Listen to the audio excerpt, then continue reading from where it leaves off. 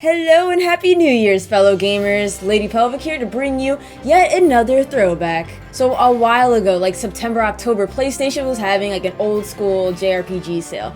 So your girl got Final Fantasy IX, because everyone and their mother told me I would love this game for whatever reason. Everyone's like, Final Fantasy IX is the best one, so you've got to play it. So fine. Yes, I know I'm hella late because it came out November 13th, 2000 on PlayStation. And yes, it was re-released on iOS devices, but I played it as the original PlayStation game. Before I continue this review, I just want to give you a little history of Final Fantasy and I. Final Fantasy IX is the second Final Fantasy I've ever played, and the first one I've actually ever beaten. Technically, it's the third one I've ever played. I've played 10 too, but like I got past the song and literally that was it.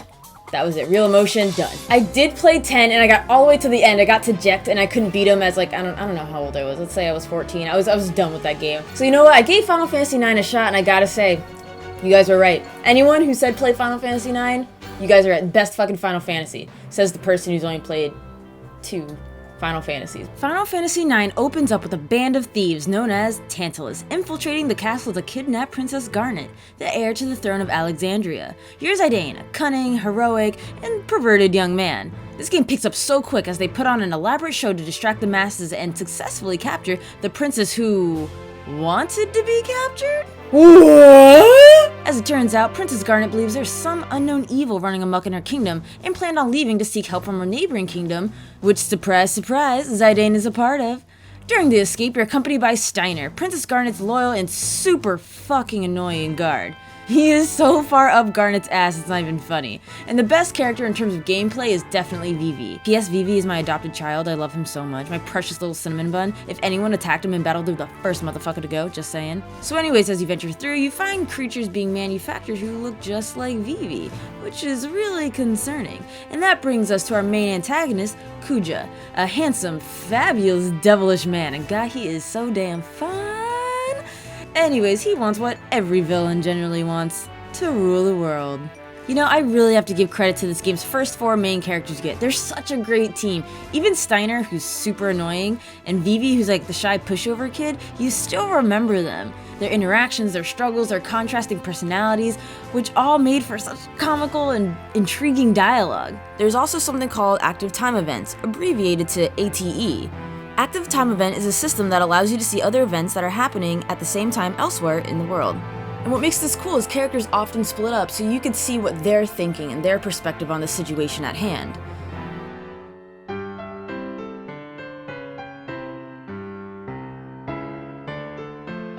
I think I genuinely enjoy character development more than I do plot. Don't get it twisted, the plot was good, a little convoluted, but the situations the characters found themselves in was never dull. In fact, I love this game so much, I was breezing through it, and I got to Disc 4 so fast, I stopped playing for a week just because I knew I was nearing the end, and to be honest, I didn't want to finish it because it was so fucking delightful. Another thing I didn't know is this game played major homage to the first Final Fantasy. Alright, I'm about to sound like a huge Final Fantasy noob right here, but Vivi was modeled after the original Black Mage of Final Fantasy I. You know, I was like, oh shit, like when I was looking at Final Fantasy I was like, wait, Vivi's in this game? And my friend had to explain to me, like, no, they modeled Vivi after a traditional Black Mage. And same thing with Garnet, is Garnet in the very beginning, she's wearing the white robe that a white mage would wear in Final Fantasy I. So I was kind of like, whoa! But for those hardcore Final Fantasy fans, I'm sure you guys realized it right away. We're like, oh my god, that's so cool! While I personally didn't get to experience that nostalgia happiness that other Final Fantasy like veterans might have experienced, I thought that was like really cool that Final Fantasy IX did that. Like, it's awesome. So anyways, there's a few other issues I had. Okay, so this is apparently a Final Fantasy thing, not just a Final Fantasy IX thing, is how goddamn obscure some of the items or general secrets are. Like, one of the final levels, there's a secret boss if you talk to a wall. You fight Hades, then he becomes a shop if you beat him. Or here's one that irritates me, you have to select which Pluto Knights have to defend what part of town, with no prior knowledge of what or who individual Pluto Knight is.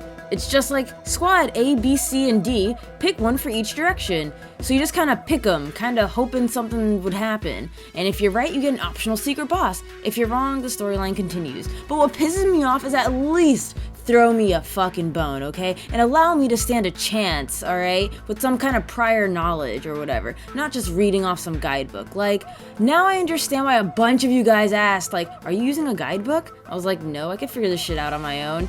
Nah, man, this right here was some next level obscure shit, okay? The gameplay, specifically the combat. This was the first time I was introduced to active time battle system.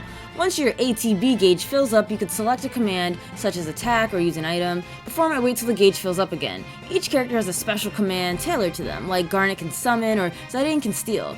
At first, the ATB system took me a moment to understand, as it was my first Final Fantasy game that used that system, especially during the earlier battles because everyone was super slow and there were long, awkward pauses. Trance is an uncontrollable gauge that can be reached after enduring X amount of damage. The character's strength drastically increases and the skills are replaced with powerful attacks. My one major gripe with Trance is you could not select when you entered it. It was simply you took a lot of damage and boom, trance. Oh, and if you trance right before a boss fight, too bad. Another thing that was pretty rad was the unique enemies. Not every encounter had to be a battle, but a quiz or maybe to help out a monster. And even if you were up against some unique enemies, part of the fun was figuring out how to destroy them. There's some really challenging enemies, guys, aka any enemy that can use the death skill. Oh my god, that skill literally gave me a fucking heart attack every time. As for bosses, some of them can get pretty difficult, but rest assured, super satisfying when you beat them. And then we have traveling the open world, where you'll discover some fun mini-games like Chocobo Hot and Cold, where your little bird companion, which is called a Chocobo for any Final Fantasy noobs out there, squawks, "Queh?" when you're close to digging up an item. The more enthusiastic the "Queh" is, the closer you are to an item. Hidden treasures can be found throughout the world map, if you have a map that leads you to the goods, that is. Also, Tetramaster is a card game that can be played with most NPCs, where you attempt to take over the grid with high number cards. Once I understood how to play, then it became fun, and only when I won, obviously. Graphics were an eyesore at first. Before I played this, I played Legend of Mana, which was pixel art, which always looks great. Then we get into the early 3D models, and I wasn't a fan at first. I got used to it, yes, but it took a hot minute. I could clearly see what the characters were doing and conveying, it just didn't look cute. It almost looked kind of sloppy to me. Granted, I know for its time it looked pretty spiffy. I think it looked sloppy to me because they tried to put too much detail. Every time the characters moved, the pixels shifted in a way that looked odd to me. Like, I'm not very good at explaining this, I'm sorry. Like, the best way I could think of this is like any 90 babies out there remember Edda and Eddie and how the line art always kind of shaped. Granted, it was kind of part of the style, but still, it was kind of like that, but with pixels. I don't know, that's the best way I can relate it, sorry. The pre-rendered cutscenes, though, I was a fan of. I thought they were beautiful, enjoyable to watch. I think Zidane's face looked a little goofy in some of them, nothing too crazy, but we can make some improvement. Now the music is so wonderful. It did a great job capturing what fantasy sounds like. Medieval fantasy. I'm talking like old school Dungeons and Dragons, you're in a tavern and some bearded man comes up to you with a quest to kill some kobolds that are hassling his cattle or something. And the character theme songs, oh my god, were so good. Garnet is so enlightening and hopeful sounding. Freya's heartache and pain is felt by her theme. But now, if we're going to talk about character themes, let's talk Kuja. He has 3. His pieces are so elegant and, like, I feel so malicious and classy when I listen to them. Every character theme was spot on. Also, boss battle themes. Huge fan. I love the drums. Honestly, you could throw drums in like any track and I'll instantly love it. The boss themes give you such anxiety, and the composer really knew how to shake you up with this track.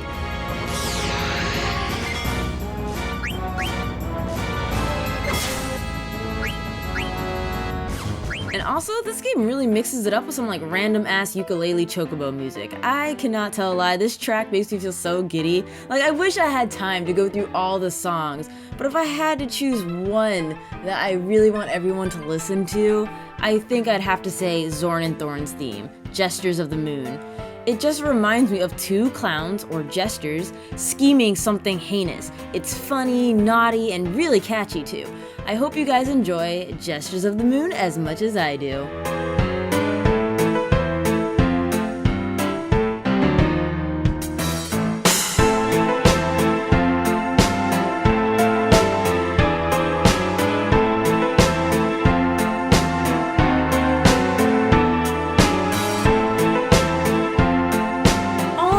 Fantasy IX gets a 10 out of 10 from me, because you know what, this game was so amazing, so fun, and held up for 16, practically 17 years, phenomenally. Great characters, superb pacing, I was engaged the entire time. Even if there were moments like the card game like Tetramaster or having to adapt to the PlayStation 1 graphics, I learned to love it all.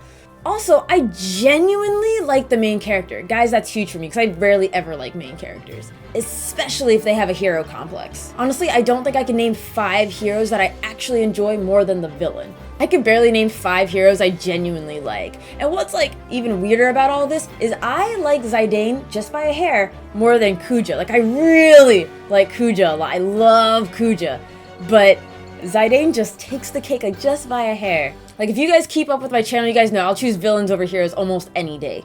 But anyways, guys, the fantasy, the myths, the civilizations, oh my god, it stayed so true to like the fantasy element. God damn, it was such a good game and the ending was perfect. Like, I'm not going to say I cried, but, god, it's just so good. Oh my god. Like really, what's the last video game you guys played that the ending was just so good?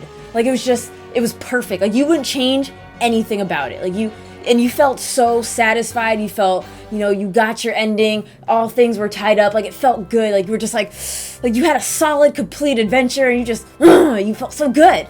You are all such dolls for sticking around. My top box is more reviews like this one, and the second box is my Let's Play channel. Guess what? I'm playing a new series called Crypt of the Necrodancer, which is a pretty cool indie game my friend gave me via Steam, so I was like, I'm gonna play it, and I'm absolutely in love with it, so definitely give that a look at. Once again, guys, you guys are sweet and awesome, and I love you.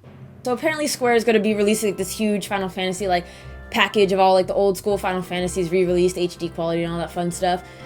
So I'm considering getting it. Like ever since Final Fantasy 9, I'm getting more into Final Fantasy now. So yes, I'll be playing Final Fantasy 15 at some point in time, but I'm just kind of holding off for an open world game because Breath of the Wild's in March, so I'm just kind of like gathering all the will to play an open world game and gonna donate it to Breath of the Wild. But I've been thinking I'm either gonna play 6 because Kefka or 8.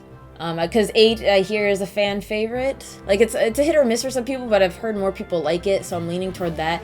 But I'm also leaning towards 6 because I don't know anything about 6 other than Kefka, and I already know I like Kefka. So yeah, let me know which one I should play. 8 or 6, 8 or 6, 8 or